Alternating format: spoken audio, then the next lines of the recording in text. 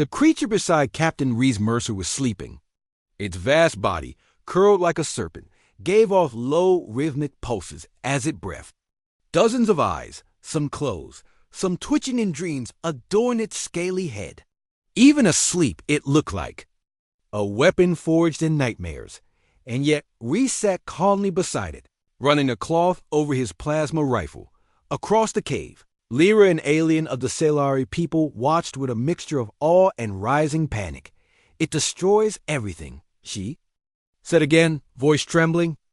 "We told your kind not to engage it, not to wake it, not to touch it." Reese chuckled softly, not looking up. "You also told us not to land on Car Delta. That didn't stop us either."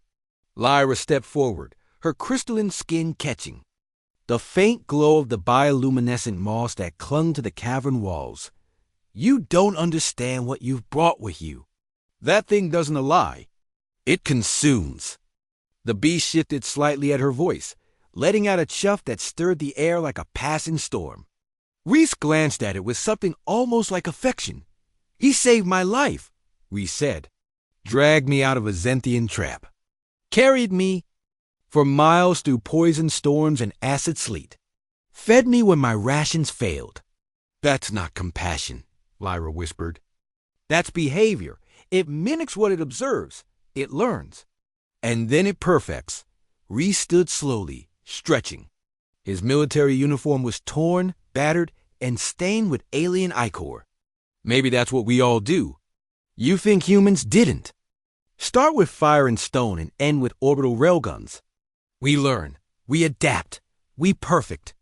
Lyra looked down at the sleeping monster. Its body was covered in deep scars, wounds that no natural creature should survive. And yet, it had fought off entire Zenthian packs, ripped apart drones, and most terrifying of all, made choices. "Reese, it studied your DNA when you touched it. Our archives say it was left here eons ago by something older than memory. It was a weapon, a test, the reason this planet is quarantined." He stepped closer to her, lowering his voice. "And you think we should fear it because it's dangerous?" "Yes," she snapped. "Because it isn't meant to be understood. It's meant to be the end of things." Reese turned and looked at the beast again. "Maybe that's why it chose me." Silence fell between them, heavy and thick. 3 days earlier, the monster had torn through a Zenthian war beast like it was made of paper. Reese remembered crawling toward the creature, bleeding, his legs shattered, his vision fading. He'd expected death. Instead, the monster had curled around him. Protected him. And when he woke, he wasn't in a battlefield anymore but a nest. Its nest. That night, as rain hissed on the thermal shield over the cave mouth, Lyra tried again. "What if you're wrong?" Reese didn't answer. She continued. "What if it's not loyalty? What if it's curiosity? What if you're a new toy or a new threat to study?" Reese leaned against the beast, which had now draped part of its tail over him like a cloak.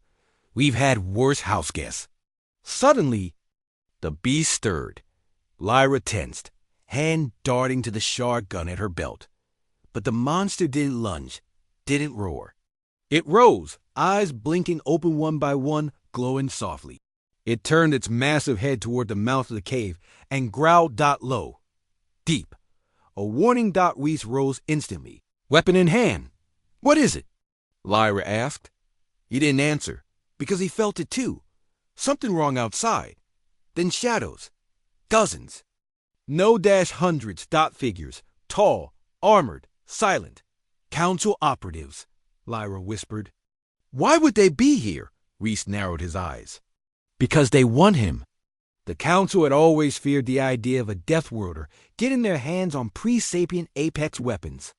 Reese was one. And now, so was the monster. The first drone came screaming in.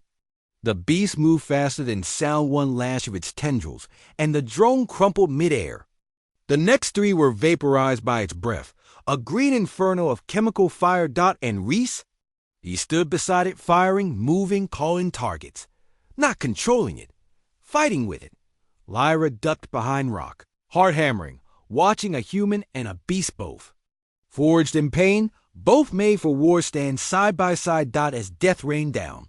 She finally understood what made humans so terrifying. It wasn't their weapons. It wasn't even their ability to survive. It was that even monsters recognized them as kin. When the battle ended, the cave was half gone. The forest below burned, and the sky was empty again. The beast lay down slowly, blood steaming from gashes in its flank. Reese limped to its side. It looked at him, eyes dimming. He placed a hand on its head. "Rest, I've got watch."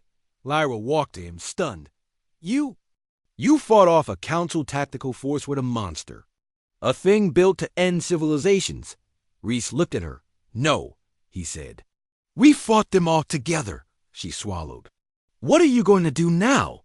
Reese looked down at the beast, his friend, his nightmare, his shield. "We're going to show the galaxy that just because something was meant to destroy everything doesn't mean it has to." The monster exhaled softly, warm and content. For the first time in centuries, the galaxy had something new to fear, a monster that had chosen humanity.